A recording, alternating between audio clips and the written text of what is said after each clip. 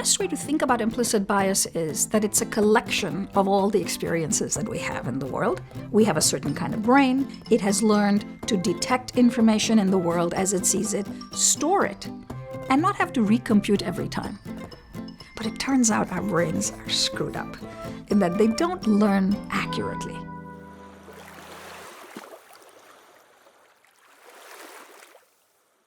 In the late 1980s, we started a line of work which became the work on implicit social cognition.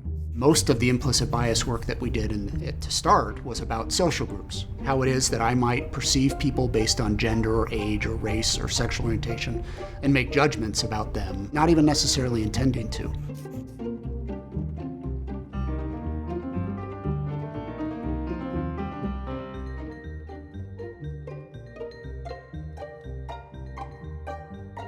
I don't have to ask you how you feel about racial groups or gender groups. Instead, I just measure that indirectly. How easily can you associate black faces with good words compared to white faces with good words?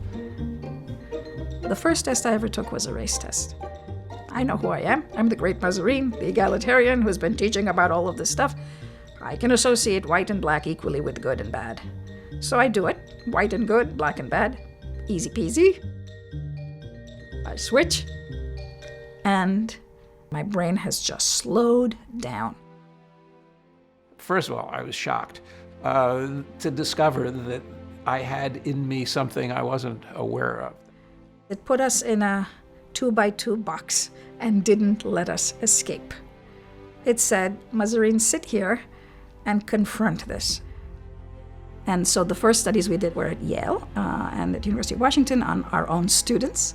And then in 1998, we began to worry that maybe people will write this off by saying, oh, college students, who cares? And so I started to make pitches to Mazarine and Tony saying we could put this on the internet. We were expecting that we'd put the test up and maybe 500 people would show up in the first year.